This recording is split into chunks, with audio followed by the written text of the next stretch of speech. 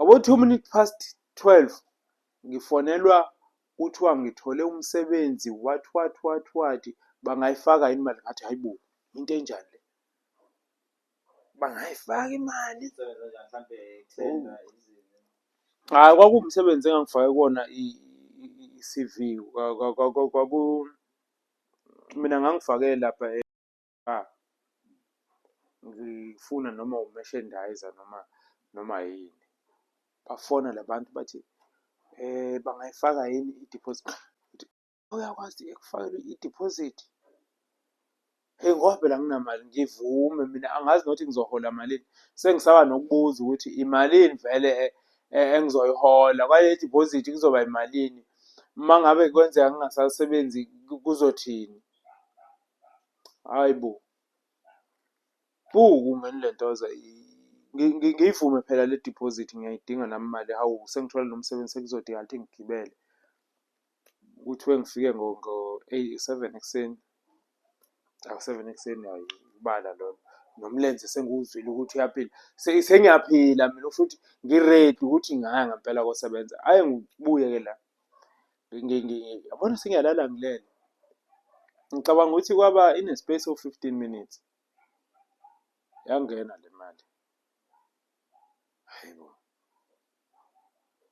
mangiyibuka le mali abathi deposit bangifakele u-10,000 rand ngithi usho ukuthi la abantu bakhona basebenza kanje bahola kamnandi kanje hawu ngathi bantu okusho ukuthi phela i-deposit mayiwu-10,000 usho ukuthi phela kuholwa lapho ko-20-25 laphaya ngasho ukuthi abantu kwakhona kwenze njani ukuthi ngifonelwe ebusuku kangaka kusho ukuthi bebebhizi bephenya ama-CV angazi ukuthi lento yenzeka kanjani angazi lento yenzeka kanjani and kumina kulelo ukuthi mina bengike ngakhulumani laphaya okuhambeni hhayi ngivuke ekuseni ngiphuthume khona ngithe uma ngifika hawu kuthiwe wena siyakubona la ukuthi ama-qualifications wakho a-right so imeneja la ekhaya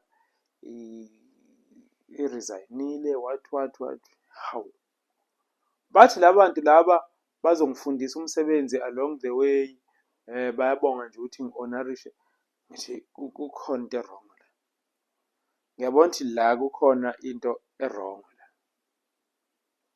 hhayi ngibuye endlini ntambama ukuthi futhi uma kushaya lesa sikhathi ngiphinde ngikhulume naye makwabo le ngiphinde ngithi ukukhuluma naye futhi ngisheshe uyacabanga ukuthi ngo-11 o'clock mina ngine-alarm elifanele likhale kahle kahle kufanele likhale i-alarm ngo-59 ukuze ngibe nalwa allowance ka-2 minutes ukuthi ngizilungise ngizirefreshe bese ngikhulume naye ngoba wayethe-ke inyanga le engangiye kuyo kufanele ngilethe ngizobonga ingakapheli inyanga manje mina sengingenelwe u-10,000 so okusho ukuthi manje senginawo amandla ukuthi ngihambe ngiyobonga hhayi ngithi la izinto nakhona futhi kulolu suku olulandelayo kulokhu kwenzeka nje izinto ezama-miracle like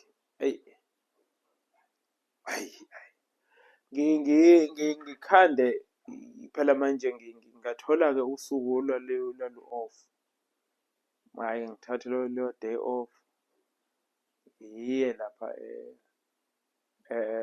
enyangeni yami ngizobonga la njengoba ngizobonga angazi ukuthi malini kufanele ngiyiphathe kodwa mina ngabona ukuthi angiphathe 2,000 ngizobonga bese ngigoduka hhayi uma ngifika la ngithi ngizobonga sengiphilile wathi yena hhayi uma kuwukuthi ngiphilile into enhle leyo kodwa-ke manje kunemigomo nemibandela hawu imigomo nemibandela yani imigomo nemibandela Athi phela manje lokho osukuthathile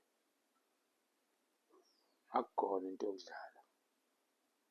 Wena awuke wabonaphi umuntu ofakele idiphozithi engasebenzi?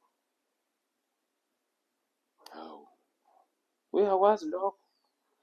Athi kanti sizothi usebenze khona ubungenamali, uhlulwa 1,500 uzoyoboleka. Manje usunemali futhi uyithathephi kanti? Hawu, kanti le mali mina ngiyithathephi ngempela? Athi ake, lokho akubalulekile. Into ebalulekile ukuthi awungapheli u-4 weeks ngingahlabanga. Kufanele lela gula lela lihlale esikhumbeni esifudumele. Cabanga-ke, lokhu ngikwenza-ke, angikwazi nokuthi ngingaya kwi-vacation ngithi ngiyodla imali zami. Angazi ukuthi ayikho nje into engingayenza ngijabule nje nami ngijabule ngenze izinto ngokukhululeka. Ngenze ngoba phela nguwumuntu osebenzile, nami ngisebenzile ukuthi ngibe nazo lezi zinto. Manje kufanele ngizisebenzise kodwa angikwazi ukuthi ngingazi-enjoy-a ngizisebenzise ngisho noma kuthiwa ngimenyiwe somewhere, kufanele ngifike ngiphinde ngibaleke noma kungathiwa yini ekhona. Ever since 2013 manje u-2025 akukweqi ngisho usuku olulodwa, kufanele kweqe ngisho usuku olulodwa. 4 weeks kufanele ngilokhu ngihlaba. Angisazi nabantu phela sibacikile inyama yembuzi manje kulokhu kuhlatshwa imbuzi njalo kanjalo nje kuhlatshwa imbuzi, kuhlatshwa imbuzi. Uyabona ukuthi abantu manje bacikekile ukuthi ya siyavuma ukuthi izimbuzi uzifuyile ziningi. Manje lezi mbuzi njengoba ziningi engathi mina ngiyabaphoqa ukuthi bedle inyama yembuzi noma bengayithandi.